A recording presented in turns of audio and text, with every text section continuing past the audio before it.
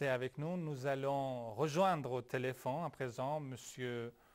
Pierre Dortillier, professeur retraité de philosophie à l'Académie de Toulouse et analyste des questions internationales. Monsieur le professeur, bonjour. Bonjour monsieur, bonjour à tous nos téléspectateurs et à monsieur le docteur. Merci de votre intervention téléphonique, monsieur le professeur.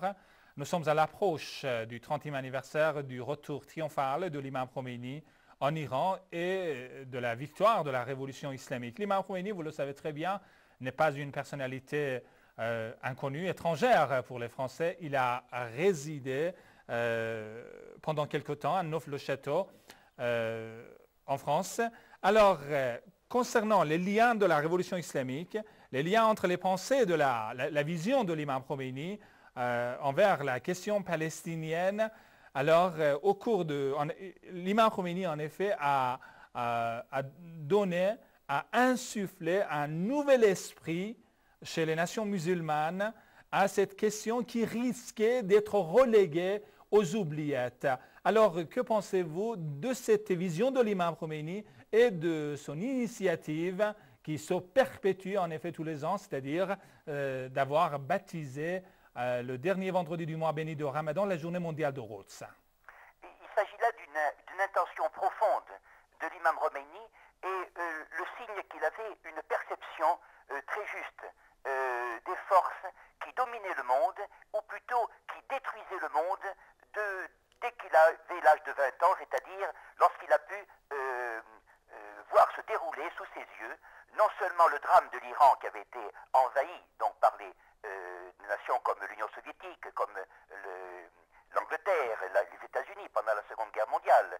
Il a vu aussi, il a assisté aux persécutions, n'est-ce pas, qui avaient été faites par Reza Shah sur le modèle de la dictature turque de Mustafa Kemal. Et il a vu également c'est que l'alliance de ce matérialisme athée soviétique qui appartenait à une république, il faut le noter, qui n'était pas du tout limité naturellement, mais qui avait une ambition mondiale de dictature totale, et d'autre part des États-Unis d'Amérique, faisait que la question palestinienne, selon lui, à juste raison, était née d'un monde, elle ne pouvait disparaître qu'avec ce monde, mais que tant qu'elle existait, la dictature mondiale qui était imposée à toutes les nations, à tous les peuples, durerait. C'est-à-dire qu'il a vu dans ce qu'on appelle la question de la Palestine, ce qu'on peut appeler aussi l'affaire palestinienne, une clé pour, disons, ouvrir la porte aux opprimés et les empêcher de verser dans les illusions révolutionnaires ordinaires. C'est ce que chez nous, un penseur qui était professeur au Collège de France, à l'époque était d'ailleurs de la même génération, il avait le même âge que le président Valéry Giscard d'Estaing, Michel Foucault, avait aperçu, vous savez qu'il il avait résidé donc en Iran, il avait été envoyé par le Corriere della Sera à l'automne 1978, et soit dans le journal italien, soit dans le Nouvel Observateur, il a bien vu quelle était l'originalité de ce qui, à ses yeux d'ailleurs, n'avait absolument pas de modèle révolutionnaire.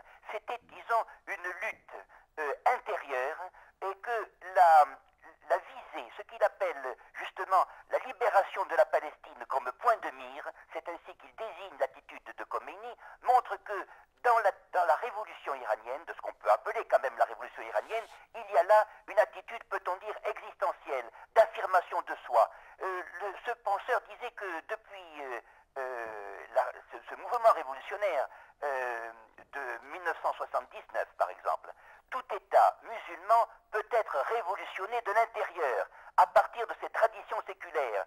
C'était là justement, disons, donner un coup d'arrêt très important aux anciens mouvements révolutionnaires, aux trompeurs, aux fallacieux mouvements révolutionnaires qui utilisaient les besoins des peuples, leur sentiment d'injustice, pour les tourner, disons, en faveur d'intérêts particuliers, c'est-à-dire d'établir un mensonge. Car, il faut bien dire ceci, la question palestinienne est fondée, comme l'a dit votre invité, sur un mensonge idéologique, mais également sur des attitudes dictatoriales. Il ne faut pas oublier, il faudrait que la jeune génération le sache aujourd'hui, que ce n'est pas seulement le capitalisme américain, comme on dit le libéralisme britannique, son impérialisme, qui a été à l'origine de la création de l'entité sioniste comme État, mais cela a été à partir du 15 mai 1948 1947, et l'imam Khomeini y avait assisté à cet événement. Ce fut l'Union soviétique, c'est un ordre de Staline donné à Gromyko aux Nations Unies de demander la formation d'un État entièrement sioniste. Et Abba Eban, vous savez, c'est-à-dire le fameux Salomon Meyer qui prendra ce surnom de père de l'entité sioniste, Abba, qui était né au Cap, il n'avait absolument rien de palestinien, eh bien, il a dit qu'une telle prise de position constitue pour nous une aubaine inouïe. L'Union soviétique est maintenant la seule puissance à soutenir notre cause. C'est donc, voyez-vous, contre ces mensonges, contre ce qui apparaissait, disons, les défenseurs des peuples, comme aujourd'hui, par exemple, les Américains apparaissent comme des défenseurs de la démocratie. L'Union soviétique apparaissait comme le champion de la lutte anti-impérialiste. Tout ceci était falsifié. Et la clé, je reprends le terme, de cette falsification, la pierre de touche de cette falsification, c'était que toutes les deux grandes puissances soutenaient la création d'un mensonge, la création de l'entité sioniste, c'est-à-dire martyriser le peuple palestinien. C'est donc, voyez-vous, comme une question mondiale qu'il faut prendre la question de Palestine. Elle n'est pas une question locale, elle n'est pas une question arabe, elle est une question islamique. Alors pourquoi? Parce que l'islam se pose la question de la justice dans le monde. L'islam est une relation à Dieu, donc il pose la question de la vision du monde. Et c'est la raison pour laquelle, justement, Foucault le met entre guillemets en parlant de révolution. Il dit que la révolution iranienne et l'affaire palestinienne risquent bien d'être désormais liées l'une à l'autre. En effet, c'est justement cette capacité de vision du monde de l'imam Khomeini qui a été justement à l'origine de sa position, et position qu'il faut défendre et expliquer à la jeunesse. Et je terminerai simplement par une opinion de l'imam de la mosquée Nourollah, justement, qui porte son nom, de l'imam Khomeini, de la ville de Kazan en Russie. Il a été interviewé l'an dernier. Il a dit « Cette révolution iranienne a été confiée à des croyants qui ont la charge de la défendre et de la remettre aux mains de l'imam du temps. » Pourquoi ai-je cité ce nom? Parce qu'il s'agit de M. Oglou, de Hadj Oglou, qui appartient à la nation des Tatars. Cette nation des Tatars a été, alors dans sa partie méridionale, en Crimée, et j'ai moi-même vu ce film soviétique, chassé de chez elle en 1947, exactement au même moment que la Palestine était étranglée. J'ai vu sur des films les mosquées exploser dans des films en couleur soviétique. Ils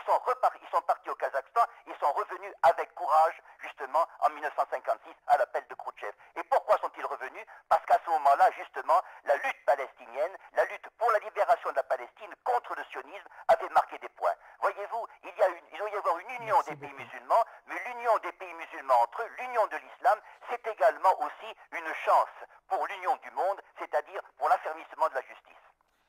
Je vous remercie infiniment, Pierre d'Ortiguiez. Je rappelle que vous êtes professeur retraité de philosophie à l'Académie de Toulouse et je vous remercie infiniment d'avoir apporté ces précisions, ces éclairages à notre émission. Merci et à très bientôt. Au revoir, messieurs. Merci beaucoup. Au revoir. Merci.